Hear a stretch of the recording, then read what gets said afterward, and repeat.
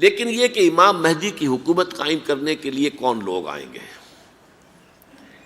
عرب جو ہیں وہ اندر سے کھوکھلے ہو چکے ہیں، عیاشی نے، دولت نے، پیسے نے، دولت، پیسہ، عیاشی، اس کی وجہ سے کھوکھلے ہو چکے ہیں۔ یہاں میں آپ کو دو حدیثیں سنانا چاہتا ہوں۔ سنن ابن ماجہ کی روایت ہے حضرت ابو ہریرہ سے رضی اللہ تعالی عنہ، قال قال رسول اللہ صلی اللہ علیہ وسلم اذا وقعت الملاحم بعث اللہ بعثا من الموالی ہم اکرم العرب فرسا واجودہ سلاحا یوید اللہ بہم الدین، رواہ ابن ماجہ عن ابی ہریرہ رضی اللہ تعالی عنہ۔ جب ملاحم کا دور شروع ہوگا تو اللہ تعالیٰ اٹھائے گا ایک لشکر یا لشکروں پر لشکر موالی میں سے۔ موالی کون ہے؟ عربوں نے جب فتح کیا تھا اس پورے علاقے کو خلافت راشدہ کے دوران، اور پھر وہ لوگ جو ہے، ایک رائے تو یہ تھی کہ انہیں غلام بنایا جائے سارے آبادیوں کو، لیکن یہ کہ حضرت عمر کا اجتہاد تھا، اس کے مطابق جو ان کو غلام نہیں بنایا گیا تو وہ موالی کی حیثیت رکھتے ہیں۔ عربوں میں دم نہیں ہے، موالی میں سے لشکر اٹھیں گے کہ جو در حقیقت حضرت مہدی کی حکومت کو قائم کرے گے۔ دوسری حدیث سنیے، عن عبداللہ ابن الحارث رضی اللہ تعالی عنہ، اور یہ ابن ماجہ کی روایت ہے، قال قال رسول اللہ صلی اللہ علیہ وسلم یخرج الناس من المشرق فیوطئون للمہدی یعنی سلطانہ، لشکر نکلیں گے، لوگ آئیں گے مشرق سے اور وہ حضرت مہدی کی حکومت کو جمائیں گے اور قائم کریں گے۔ اب ذرا نوٹ کیجئے کہ جزیرہ نماء عرب کے مشرق میں کون سے ملک ہیں؟ تین: ایران، افغانستان، پاکستان۔ یہ تین سالڈ مسلم ممالک، مسلم آبادی اکثریت۔ ویسے تو یہ کہ آگے ہندوستان میں 20 کروڑ مسلمان ہیں، لیکن وہ 20 کروڑ جو ہے وہ تو 80 کروڑ کے اندر تحلیل ہو جاتے ہیں غیر مسلموں میں، لیکن یہاں جو معاملہ ہے یہ غالب اکثریت کے۔ ان میں سے ایران کا معاملہ جہاں تک ہے، نمبر 1 یہ کہ وہ شیعہ عقائد کے حصار میں بند ہے، اس سے ادھر ادھر ہونا اس کے لیے ممکن نہیں۔ حدیث میں یہ بھی آتا کہ اصفہان سے 70,000 یہودی دجال کا ساتھ دیں گے۔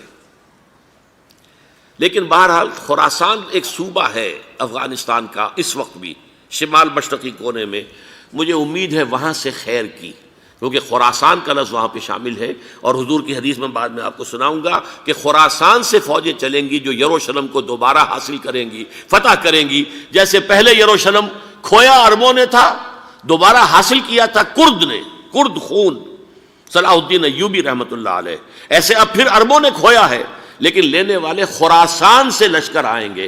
یخرج من خراسان رایات سود لا یردھا شیء حتی تنصب بإیلیا، خراسان کے علاقے سے کالے علم لے کر لشکر چلیں گے جن کے رخ کو کوئی موڑ نہیں سکے گا جب تک کہ وہ جا کر یروشلم میں نصب نہ ہو جائے۔ اس کے بعد نام آتا ہے پاکستان کا۔ یہ ہے میری اور آپ کی داستان، اور یہ ہے سبب جس کی وجہ سے کہ میں آپ سے یہ گفتگو کر رہا ہوں۔ اصل میں تو کس لیے؟ محض ایک علمی استفادہ، محض اپنی بات آراء کو ظاہر کرنے کا شوق نہیں، بلکہ یہ کہ اپنی ذمہ داری ہم پہچانیں کہ ہم کس مقام پر کھڑے ہیں۔ دیکھیے، اس پاکستان کے بارے میں یا ہندوستان کے بارے میں علامہ اقبال نے کہا تھا اپنے ترانہ ملی میں، میرے عرب کو آئی ٹھنڈی ہوا جہاں سے، میرا وطن وہی ہے، میرا وطن وہی ہے۔ اور مجھے بتایا گیا کہ سنن ابی داؤد میں یہ روایت موجود ہے کہ حضور نے فرمایا کہ ہندوستان کی طرف سے مجھے ٹھنڈی ہوا آتی، اگرچہ مجھے وہ حدیث ابھی نہیں ملی ہے، لیکن حزب التحریر کا ایک کارڈ مجھے ملا تھا، تو اس میں اس حدیث کا اور اس میں ابو داؤد کا روایت کا حوالہ موجود تھا۔ لیکن میں جو چیز آپ کو بتا چکا ہوں وہ یہ کہ الف ثانی کا پورا تجدیدی کارنامہ اس ہندوستان کی سرزمین میں ہوا۔ مجدد الف ثانی شیخ احمد سرندی، شاہ ولی اللہ دہلوی، سید احمد بریلوی، وہ تو ہمارے پاکستان میں آ کر جو ہے ان کا خون جذب ہوا ارض پاکستان میں۔ پھر شیخ الہند مولانا محمود حسن۔ تحریک خلافت چلی تو صرف ہندوستان میں چلی اور کہیں نہیں چلی۔ آزادی کی تحریک چلی پوری دنیا میں، وہ نیشنلزم کی بنیاد پر چلی، ملے نیشنلزم، عرب نیشنلزم، ترک نیشنلزم۔ ہمارے ہاں چلی تو اسلام کے نام پر، پاکستان کا مطلب کیا؟ لا الہ الا اللہ۔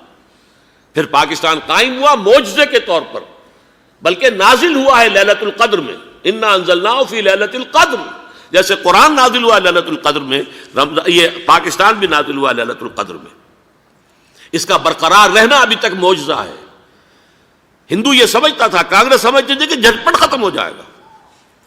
پھر یہ کہ اس کا قرارداد مقاصد کا پاس ہو جانا، مزید بھی اور اضافی دفعات دستور میں آ جانا، اب کمرشل انٹرسٹ کو ربا قرار دے کر حرام قرار دینا، یہ سارے لینڈ مارکس ہیں کہ جو اشارہ کر رہے ہیں کسی چیز کی طرف، معاملہ کدھر جا رہا ہے۔ پھر یہ کہ یہ جو 14ویں صدی کے مجدد تھے شیخ الہند، اس کے بعد سے کچھ ایسی شخصیتیں عظیم پیدا ہوئی ہیں ہند میں، جن کو میں سمجھتا ہوں کہ 14ویں صدی کے مجدد اور 15ویں صدی کے مجدد کے درمیان، یہ 15ویں صدی کے مجدد کی راہ کو سیدھا کرنے والے، جیسے کہ حضرت یحییٰ نے کہا تھا میں تو آنے والے کا راستہ سیدھا کر رہا ہوں حضرت عیسیٰ کے لیے، ایسے ہی 15ویں صدی کے لیے امام مہدی کے لیے راستہ صاف کرنے والے سب سے پہلے علامہ اقبال، جنہوں نے اسلام کا تصور دین کی حیثیت سے دوبارہ زندہ کیا ہے، ورنہ اسلام ایک مذہب کی شکل اختیار کر چکا تھا۔ پھر مولانا مودودی، مولانا ابوالکلام آزاد حکومت الہیہ کے نعرے کے ساتھ میدان میں آئے۔ یہ اقبال نے جو تصور پیش کیا تھا اس پر عملی جد و جہد کے لیے حزب اللہ قائم ہوئی۔ نوٹ کر لیجئے 11 برس کا فرق ہے عمر کا علامہ اقبال کے اور ابوالکلام کے، اور 1913 میں جب حزب اللہ قائم کی ہے اس وقت علامہ اقبال کی ملی شاعری اپنے عروج کو پہنچ چکی تھی۔ پھر یہ کہ علامہ اقبال کے بعد تعمیل جو ہے اس کام کی وہ ابوالکلام نے کی، لیکن روایتی علماء نے کی شدید مخالفت کی وجہ سے وہ بددل ہو کر چھوڑ گئے، کانگریس میں شامل ہو گئے، بساط جو ہے حزب اللہ کی انہوں نے لپیٹ دی۔ پھر مولانا مودودی آئے، انہوں نے وہ ڈور جو ہے اس کا سرا تھاما، جماعت اسلامی قائم کی حکومت الہیہ ہی کے قیام کے لیے۔ اگرچہ میرے نزدیک یہ کہ وہ انتخابی اور ایک قومی سیاست کی ایک جماعت بن کر پاکستان میں جو ہے دلدل میں پھنس گئی ہے، اب ہم اس کی کوشش کر رہے ہیں، تنظیم اسلامی اور یہ تحریک خلافت جس کے تحت یہ جلسہ ہو رہا ہے، یہ ساری چیزیں وہ ہیں کہ آپ کو سوائے پاکستان کے اور کہیں نہیں ملیں گی پوری دنیا میں۔ معلوم ہوتا ہے کہ پاکستان کو بہت بڑا رول پلے کرنا ہے اس میں، اور اس کے ساتھ اب جمع کر لیجئے افغانستان کی عمارت افغانستان، اسلامی عمارت افغانستان قائم ہو چکی ہے۔ یہ پچھلے 20 سالوں میں جو کچھ وہاں ہوتا رہا ہے اس سے پہلے تصور نہیں ہو سکتا تھا۔ علامہ اقبال کے فرزند بھی دیکھ کر آئے ہیں، تو اگرچہ وہ خود میں سمجھتا ہوں کہ خاصے انہیں آپ لبرل کہیں، آزاد خیال کہیں، لیکن اس درجے متاثر ہو کر آئے تھے کہ انہوں نے یہ کہا افغانستان میں جو میں نے حالات دیکھے ہیں کہ اگر 2-4 اور مسلمان ملکوں کے اندر یہ نظام قائم ہو جائے تو پوری دنیا مسلمان ہو جائے گی۔ یہ سب کچھ کیسے ہو رہا ہے؟ یہ آنے والے دور کی جھلکیاں ہیں۔ Coming events are casting their shadows before. یہ سب بتا رہے ہیں کہ پاکستان افغانستان کو مل کر اس میں کوئی عظیم رول پلے کرنا ہے۔ اور اس کے ضمن میں اب میں علامہ اقبال کے بارے میں آخری بات کہہ رہا ہوں۔ علامہ اقبال کے بارے میں عام یہ خیال ہے، انہوں نے اپنے خطبات میں مہدی کا اور نزول مسیح کا، حالانکہ میں کل پڑھ رہا تھا مولانا سید احمد اکبر آبادی رحمۃ اللہ علیہ کا ایک مقالہ ان کا کہ علامہ اقبال نے ابن خلدون کے بارے میں یہ کہا ہے کہ مہدی کا اور نزول عیسیٰ کا دونوں کا انہوں نے انکار کیا ہے، حالانکہ ابن خلدون نے نزول عیسیٰ کا انکار نہیں کیا، صرف مہدی کا انکار کیا ہے۔ بہرحال علامہ اقبال نے خطبات میں انکار کیا ہے، لیکن یہ کہ اپنی شاعری کے اندر میں چیلنج کرتا ہوں کسی بڑے سے بڑے اقبال شناس کو، ان کا یہ شعر ذرا سنیے: خضر وقت از خلوت دشت حجاز آید بروں، کارواں زی وادی دور و دراز آید بروں۔ خضر وقت، امام وقت، رہنمائے وقت، قائد وقت، خلوت دشت حجاز، حجاز کی صحرا کی کسی خلوت گزینی سے نکل کر باہر آئیں گے۔ میں حیران ہوتا ہوں علامہ کے اس فکر پر اور اس مصرے پر۔ یہاں انہوں نے شیعہ اور سنی دونوں کے کانسیپٹ جمع کر دیے۔ شیعہ کا کانسیپٹ یہی چھپے ہوئے کسی غار میں وہاں سے برآمد ہوں گے، اور ہمارا کانسیپٹ میں ام سلمہ رضی اللہ تعالیٰ عنہ کی حدیث سنا چکا، چھپے ہوئے ہوں گے وہ وہاں پر، مدینے سے نکل کر آ کر مکے میں چھپ جائیں گے۔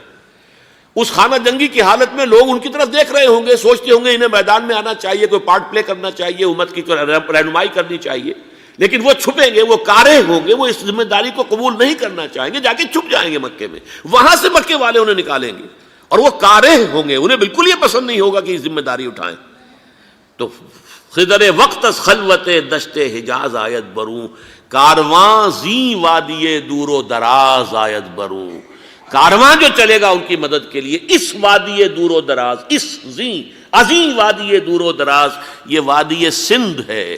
وادی سندھ جو ہے ہم سمجھتے ہیں کہ صرف یہ پاکستان اور پنجاب جو ہے یہ اس میں شامل ہے، سندھ اور پنجاب نہیں، افغانستان کا پورا مشرقی علاقہ اس میں شامل ہے۔ جیسے دریائے جہلم سندھ میں جا رہا ہے، جیسے دریائے گلگت سندھ میں آ کر ملتا ہے، جیسے دریائے چناب اور راوی اور جہلم اور یہ سب جا رہے ہیں اور آ رہے ہیں، اسی طرح دریائے کابل کہاں سے آ رہا ہے، دریائے گومل کہاں سے آ رہا ہے، ٹوچی کہاں سے آ رہا ہے، یہ سارا جو ہے ڈرین جو ہو رہا ہے ایسٹرن جو ہے پارٹ آف افغانستان، یہ سب وادی ہے۔ اس وادی کے یہ دو حصے ہیں، ایک حصہ جو ہے یہ ادھر پاکستان میں ہے اور اسی وادی کا دوسرا حصہ جو ہے وہ افغانستان میں ہے۔ کارواں زی وادی دور و دراز آیت بروں، کارواں چلے گا یہاں سے، یخرج ناس من المشرق یؤتون للمہدی یعنی سلطان ہی، مشرق سے فوجیں چلیں گی کہ جو مہدی کی حکومت قائم کریں گی، اور یخرج من خراسان رایات و سود، اور خراسان سے سیاہ پرچم چلیں گے کہ جن کا رخ کوئی موڑ نہیں سکے گا، حتیٰ تنصب بإیلیا، یہاں تک کہ وہ جا کر یروشلم کے اندر نصب ہو جائیں گے۔ حضرات، میں ایک میری گفتگو کا حصہ باقی تھا لیکن میں اسے چھوڑ رہا ہوں، اس لیے کہ گلوبلائزیشن جو اس کی ہوگی، جو خلافت علی منہاج النبوہ کی تجدید کامل حضرت مہدی کے ہاتھوں عرب میں ہوگی، اس سے پہلے اس کے لیے محنت، کوشش، جد و جہد پاکستان اور افغانستان میں ہو چکی ہوگی جو اسے سپورٹ کرے گی اور وہاں جا کر حکومت قائم کرے گی۔ اس کے بعد گلوبلائزیشن کا جو مرحلہ اس کا ہے وہ حضرت مہدی کے ہاتھوں نہیں ہے، وہ حضرت عیسیٰ ابن مریم ان کے نزول کے بعد ہے، جن کے نزول کے بعد دجال کا خاتمہ ہوگا اور یہودیوں کا استحصال ہوگا۔ مسلمانوں پر بھی بڑی تکالیف عربوں پر آئیں گی، شدائد آئیں گے، لیکن یہ وہ میں حصہ ملتوی رکھتا ہوں کسی دوسری محفل اور کسی دوسری مجلس اور نشست پر۔